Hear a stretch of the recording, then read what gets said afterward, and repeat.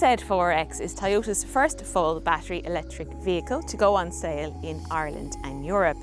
Now, Toyota is famous for building hybrid cars, not so much electric vehicles. So this does seem a little bit late to the market. And in the meantime, rival electric crossovers and SUVs have really started to take hold in the market, like the Skoda Enyaq, the Volkswagen ID4, the Hyundai Ioniq 5, the Tesla Model Y. There's loads of them. Those cars have really taken hold in the market for mid-size electric crossovers. So was the BZ4X fashionably late or just definitely not worth the wait? That's what I want to find out in this video. I'm Caroline Kidd and you're watching the Carzone YouTube channel. If you're looking for a new or used Toyota, check out Carzone.ie, Ireland's trusted motoring marketplace. Before we get into the rest of this video, please click subscribe to stay up to date with all our latest videos, and please give this video a like as well.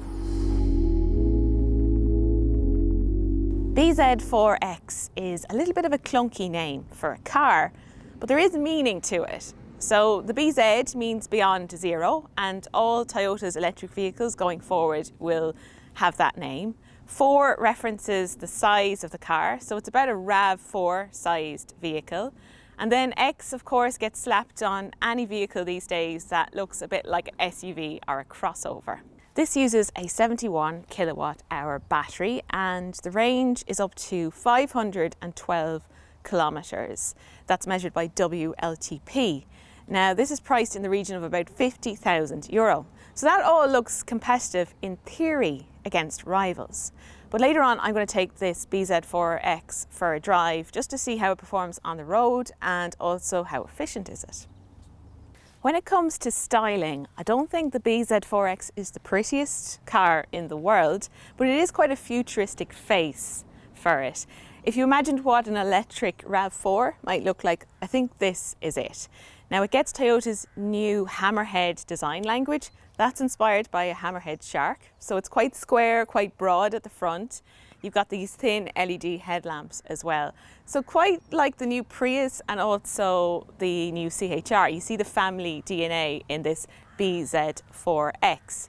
There are also a number of aerodynamic features like this shutter and also these gaps to optimize airflow around the vehicle. Toyota has gone all out on the chunky design cues for the BZ4X. Look at all this black plastic around the wheel arches. It's very pronounced. What do you think of it? Leave a comment and let us know. That is quite divisive. Now, you get 18-inch alloy wheels as standard. This is the mid-range sport model.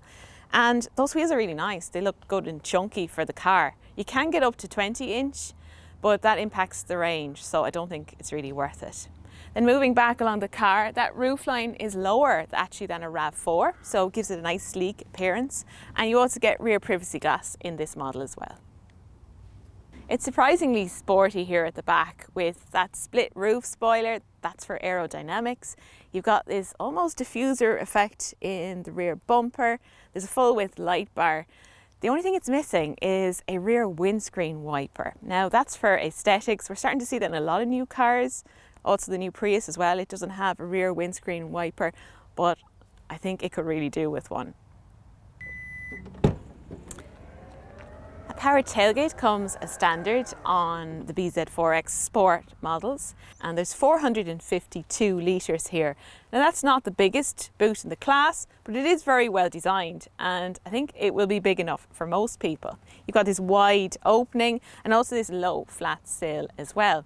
There are a number of handy features. There's space here under the boot floor. You can put your charging cables in there, and there's also a cover as well.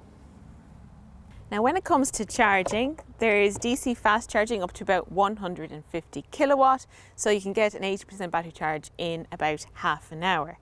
An 11 kilowatt onboard AC charger comes as standard. That'll give a full charge in about 6.5 hours.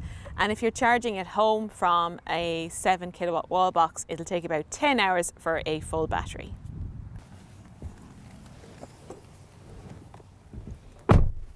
So as I step into the car, you'll see that the floor is quite high. It's actually surprisingly high, I think. And that means that when I sit here, you can see there's a good bit of space there between my legs and the actual seat. There's not much thigh support, so I don't think it would be the most comfortable place for an adult to sit on a long journey, but there is loads of leg room to enjoy. This is built on a bespoke electric vehicle platform. It actually has a longer wheelbase than a RAV4, so there's lots of leg room, and there's a flat floor the width of the rear of the cabin here. There's lots of little features like pockets on those rear seats. We've got USB-C ports. There's also vents as well, and generous door bins. You've got an armrest, cup holders, place for a phone. There's no hatch that opens through to the boot, but these seats do recline a little bit, so you can get really comfortable back here. So generally it's nice and spacious, but just worth noting there that there's not much thigh support for adults. It gets quite a unique cabin, so it's very different to, let's say, the cabin of a Camry or a Corolla. It does feel quite driver focused as well. You've got this large centre console in the middle. You are quite separated from your driver here. The quality is very good as well. So you get this nice woven fabric here in the dashboard. There's good quality plastics here in the doors, and also some soft touch material as well. There are harder, scratchier plastics if you go looking for them, but generally it's very good. You've got lots of gloss black here as well. The driving position is a little bit unusual for a Toyota. So a bit like in Peugeot cars, you look over the steering wheel at your digital display with things like your speed and also your battery charge on that. Now it kind of forces you to have either the steering wheel quite low or your seat quite high. So that's just something worth noting. It's worth getting in behind the wheel just to make sure that you can get a comfortable driving position. Another little oddity is that there's no glove box. That's quite unusual, but there is space here below the centre console, and that's actually where they put the driver's manual. And otherwise storage is good. You've got cup holders here, and there's also a good cubby here between the front seats. There's also large door bins as well. But overall, I do really like the cabin of the BZ4X. It's really nicely made, it's got a good design, and it's also very well equipped, and I like this driver focused feel as well. Sport models get this very impressive large touchscreen with wireless Apple CarPlay and Android Auto. There's also over-the-air updates and also voice control.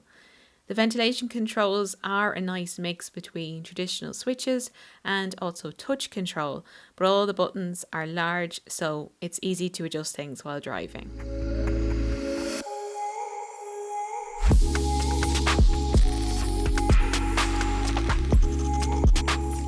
So what's this new BZ4X like to drive? Well, actually very good, I have to say. So it's built on Toyota's new e-Tanga platform that was co-developed with Subaru. So Subaru have a sister car for this, it's called the Solterra, and they lent their all-wheel drive expertise to the development of this BZ4X and obviously the Solterra as well. So you can get single motor versions which are front wheel drive, and then you can also get dual motor versions and they are all wheel drive.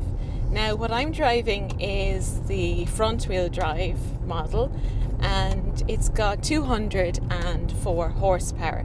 Now if you go for the all-wheel drive you get a bit more power and torque, but I have to say this is absolutely fine. It's very swift and agile on the road. You get that instant torque from the electric motor. It is very responsive to your accelerator pedal, so it's actually quite fun to drive. Really quite surprised by this BZ4X. It handles the road exceptionally well. It's definitely one of the best of these mid-size electric crossovers and SUVs to drive. The battery is positioned low down in the car. It's got a low centre of gravity, so it's very well balanced car, I have to say. It holds the road very well, good body control, and the steering is nicely weighted as well. The ride comfort is very good. It's noticeably good on Irish tarmac, very supple So I would say one of the most comfortable of these mid-size electric crossovers as well. Now you get insulated glass in the side windows, so there's very little wind noise here in the cabin. Unfortunately, there is quite a lot of road noise, and particularly on wet roads you can hear the water swishing up around the tyres and the doors. But that's really the only refinement issue with the car. So there's no noise from those electric motors at work. It is very hushed mostly here in the cabin. There are a few different buttons that you can play around with. So there's an eco mode, and that just helps you get the most out of your range because it gives you a duller accelerator response, so it encourages more eco-friendly driving. Then there's also a snow mode here that can be selected just to give you a little bit of extra traction on low grip surfaces, but if you're going to be doing any serious off-roading, you will want to go for the all-wheel drive version of this. There's also a button for regenerative braking, but you can't really adjust the level of that, and there's no one pedal driving here either, so it doesn't bring the car to a halt when you lift off the accelerator. Front wheel drive versions are the best for range with the 18-inch alloy wheels. So Toyota say up to about 512 kilometres and consumption of 14.3 kilowatt hours per 100 kilometres. But I think those figures are actually quite ambitious. So on the motorway I've seen consumption close to 20 kilowatt hours per 100 kilometres, which is natural enough that there would be higher consumption at high speeds on the motorway. And then doing more suburban driving, I've seen about 17 kilowatt hours per 100 kilometres. So it's decent enough, but I would say their overall figure is a bit on the ambitious side. But there is plenty of driving between charges, and of course you've also got that 150 kilowatt DC fast charging. So if you have to stop on the motorway, you can get an 80% battery charge in about 30 minutes. But overall, I have to say I'm really happy with how this BZ4X drives. It's actually quite surprising how good it is. It's so agile, it's so supple, very comfortable. It's good fun to drive.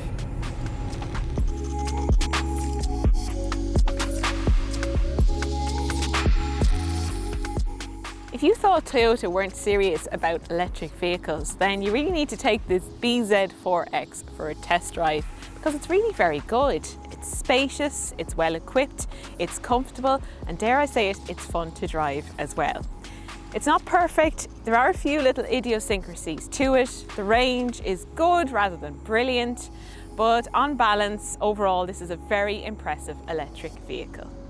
Remember, you can find more cars for sale on Carzone.ie, Ireland's trusted motoring marketplace. If you liked this video, please give it a like and don't forget to subscribe to stay up to date with all our latest videos. Thanks for watching, and I'll see you soon.